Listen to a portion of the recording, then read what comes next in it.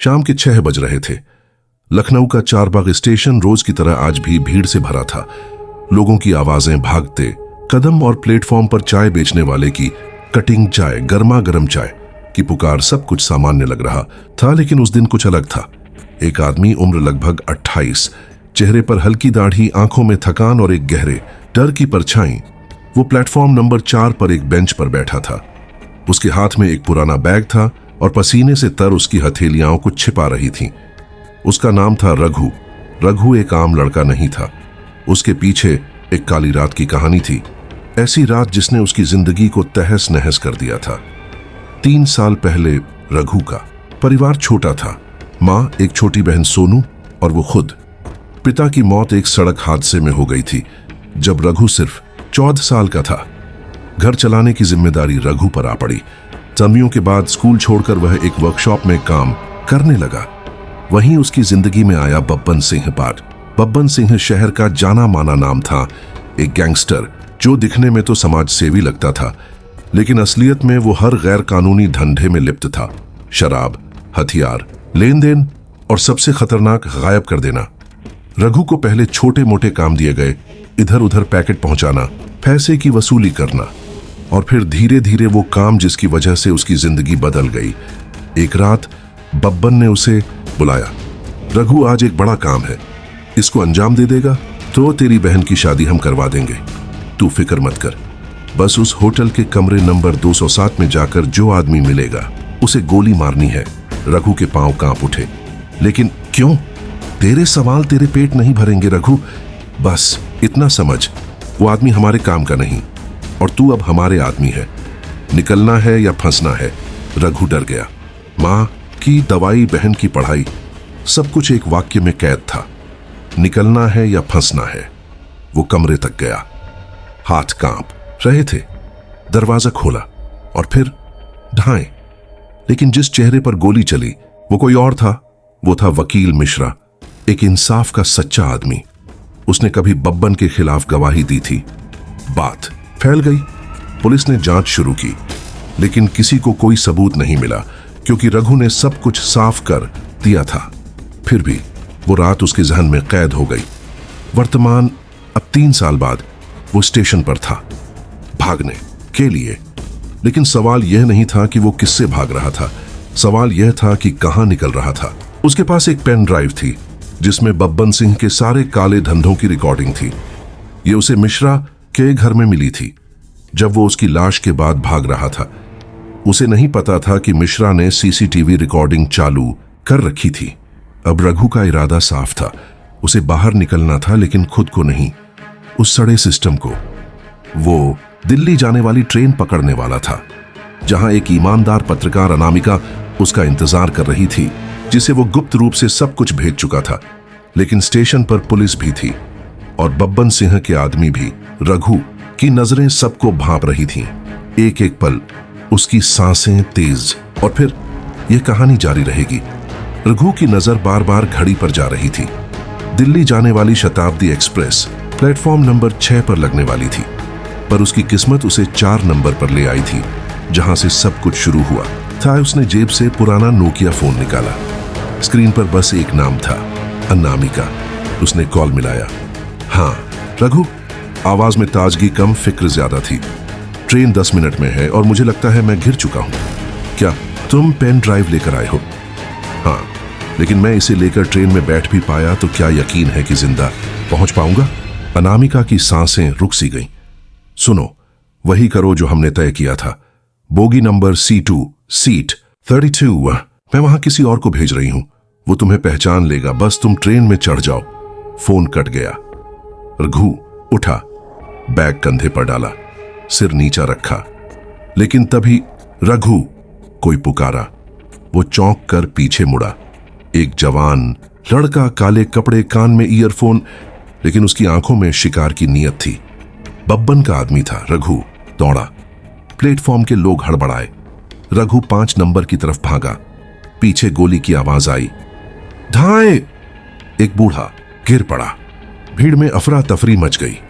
रघु अब ट्रेन के नीचे से निकलता हुआ 6 नंबर प्लेटफॉर्म की ओर पहुंचा। शताब्दी पहले से लगी थी। वो चढ़ा, सीटों बोगी तक पहुंचा। अंदर आते ही एक आदमी खड़ा था, 40-45 साल की उम्र, पत्रकार जैसा नहीं, कोई आम मुसाफिर। लेकिन उसकी जेब से एक नीली रुमाल निकली, पहचान का संकेत। रघु ने सिर हिलाया। सीट पर टीसी।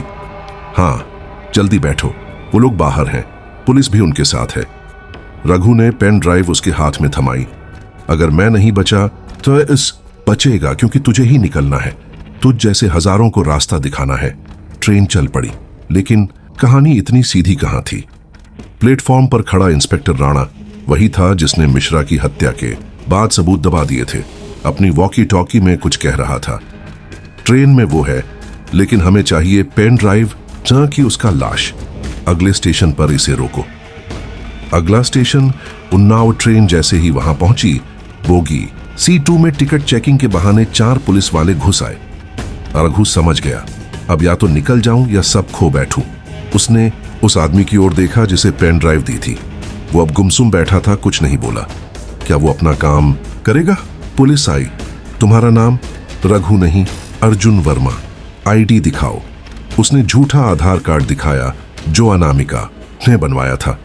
पुलिस वाले देखकर आगे बढ़ गए, लेकिन तभी रघु ने देखा सीट नंबर 34 पर बैठा एक शख्स उसके मोबाइल से राणा को मैसेज कर रहा था। टारगेट मिल गया है, सीट 32 वाला, अगले स्टेशन पर उठाएंगे। अब कोई रास्ता नहीं था। रघु ने एक फैसला लिया। वो उठा और सीधा टॉयलेट की तरफ गया।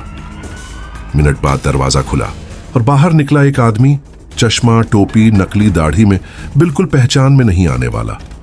रघु अब ट्रेन के दूसरे हिस्से में था। उधर वो आदमी जिसे उसने पेन ड्राइव दी थी अब बाथरूम की तरफ देखने लगा, लेकिन रघु गया नहीं। कहानी में ट्विस्ट था। रघु ने नकली पेन ड्राइव दी थी, असली अब भी उसके पास थी। शाम होते होते ट्रेन दिल्ली पहुंची, लेकिन प्लेटफॉर्म पर राणा पहले से था। उस लड़के को बाहर निकलते ही पकड़ो, गोली नहीं चलानी, जिंदा चाहिए। रघु ने देखा पुलिस हर तरफ थी। वो ट्रेन से नहीं उतरा, बल्कि बोगी के पिछले हिस्से से एक वेंडर की ड्रेस में बाहर निकला, चाय का कंटेनर हाथ में, सिर नीचे। प्लेटफॉर्म पार कर गया और सीधा अर्जुन विहार बस अड्डे की ओर। उधर अनामिका टीवी न्यूज चैनल में अपने स्टूडियो में थी, हाथ में माइक, सामने कैमरा। और फिर रात 8 बजे ब्रेकिंग न्यूज आई। बब्बन सिंह गैंग के काले कारनामों का पर्दाफाश। एक अज्ञात युवक की बहादुरी से खुला एक ऐसा सच जो हिला देगा देश की व्यवस्था। स्क्रीन पर CCTV फुटेज, गुप्त ऑडियो रिकॉर्डिंग, फोन कॉल्स की पूरी कड़ी चली। बब्बन सिंह गिरफ्तार हुआ, इंस्पेक्टर राणा सस्पेंड हुआ, लेकिन रघु जब वो गायब था। कोई नहीं जानता वो कहां गया। कुछ लोग कहते हैं वो नेपाल चला गया, कुछ कहते हैं अब वो सिस्टम के लिए काम करता है, लेकिन एक साया बनकर जिसके पास चेहरा नहीं, नाम नहीं, सिर्फ एक मकसद है, निकलना। न सिर्फ खुद के लिए, बल्कि हर उस आवाज के लिए जो कभी चुप थी। दिल्ली की सड़कों पर धूल उड़ रही थी, सरकार बदल चुकी थी, लेकिन सिस्टम वही था, गंदा, भ्रष्ट और मक्कार। बब्बन सिंह जेल में था, लेकिन उसकी जड़ें अभी भी जिंदा थीं और वो अब बदला चाहता था। साल भर बाद एक न्यूज चैनल पर फिर से ब्रेकिंग न्यूज चली। CBI अफसर नमन जोशी की रहस्यमयी मौत, सुसाइड या हत्या। नमन वही था जो रघु की फाइल पर काम कर रहा था, जिसने निकलना नाम के इस आंदोलन को कानूनी मान्यता दिलवाई थी। लेकिन उसकी मौत, अनामिका ने चैनल पर रिपोर्टिंग शुरू की, पर अब उसके पीछे भी एक साया लग चुका था। वो साया रघु नहीं था। रघु अब रमन बन चुका था। नेपाल की सीमा पार उसने एक IT कंपनी में काम शुरू किया था, स्काई टनल एनालिटिक्स। एक फर्जी नाम, लेकिन असली मकसद के साथ। उसने वहां से एक नेटवर्क खड़ा किया, गोपनीय डेटा एक्सपोज करने वाला सिस्टम, जो सरकारी भ्रष्टाचार की हर परत उधेड़ने वाला था। वो सिर्फ डेटा चुराता नहीं था, उसे इस तरह रिलीज करता कि पूरी सरकारें हिल जाएं। पर बब्बन सिंह की छाया अब भी जिंदा थी। जेल में बैठे बैठे उसने रघु की मां को अगवा करवा लिया। बुंदेलखंड के एक वीरान गांव में एक पुरानी हवेली में उसे कैद रखा गया। रघु को चुप्पी तोड़नी पड़ी। सिस्टम के खिलाफ एक और युद्ध शुरू हुआ, लेकिन इस बार निजी वजह से। रघु फिर भारत लौटा। इस बार चुपचाप नहीं, पूरे सिस्टम को घुटनों पर लाने की तैयारी के साथ उसने अनामिका से संपर्क किया। मां उनके पास है, मुझे किसी तरह उन्हें वापस लाना है, लेकिन सबूत चाश कि बब्बन अभी भी जेल से ऑपरेट कर रहा है। अनामिका बोली, मेरे पास कुछ है। बब्बन के भतीजे की कॉल रिकॉर्डिंग, वही जिसने तुम्हारी मां को उठवाया। एक योजना बनी। दिल्ली में प्रेस क्लब में प्रेस कॉन्फ्रेंस रखी गई। रघु अब रमन वहां नकाब में पहुंचा। पूरा देश देख रहा था। तभी लाइव कैमरे पर उसने एक वीडियो चलाया बब्बन के भतीजे का। हाँ, चाचा को सब पता है, औरत हमारे पास है, अगर रघु सामने आया तो जिंदा नहीं बचेगा। पूरा हॉल सन्न रह गया। देश की सरकार पर सवाल खड़े हो गए। पर कहानी यहीं खत्म नहीं हुई। बब्बन के लोग प्रेस क्लब के बाहर ही थे। गोलियां चली। अनामिका घायल हो गई। रघु भागा, लेकिन इस बार भागने के लिए नहीं, सब खत्म करने के लिए। वो सीधा बुंदेलखंड की उस हवेली पहुंचा। सांपों से भरी जमीन, जंगलों से घिरा घर और अंदर उसकी मां, कमजोर मगर जिंदा। पर वहां उसका इंतजार कर रहा था बब्बन का असली वारिस विक्रांत सिंह। बिल्कुल बब्बन जैसा, लेकिन और ज्यादा चालाक। आ गया तू सिस्टम का हीरो। वो हंसा। मैं सिस्टम नहीं बदलता, मैं उसे चाटता हूं। रघु बोला, अब तू बचेगा नहीं। आखिरी टकराव हुआ। घना जंगल, हथियार, आग और एक आखिरी फैसला। रघु ने विक्रांत को नहीं मारा, उसे कैमरे पर पकड़ा, लाइव ब्रॉडकास्ट किया और पूरा देश देखता रहा। एक युवा जो सिस्टम से निकला था, अब उसे बदल रहा था। फिर क्या हुआ वो नहीं पता। रघु दोबारा गायब हो गया।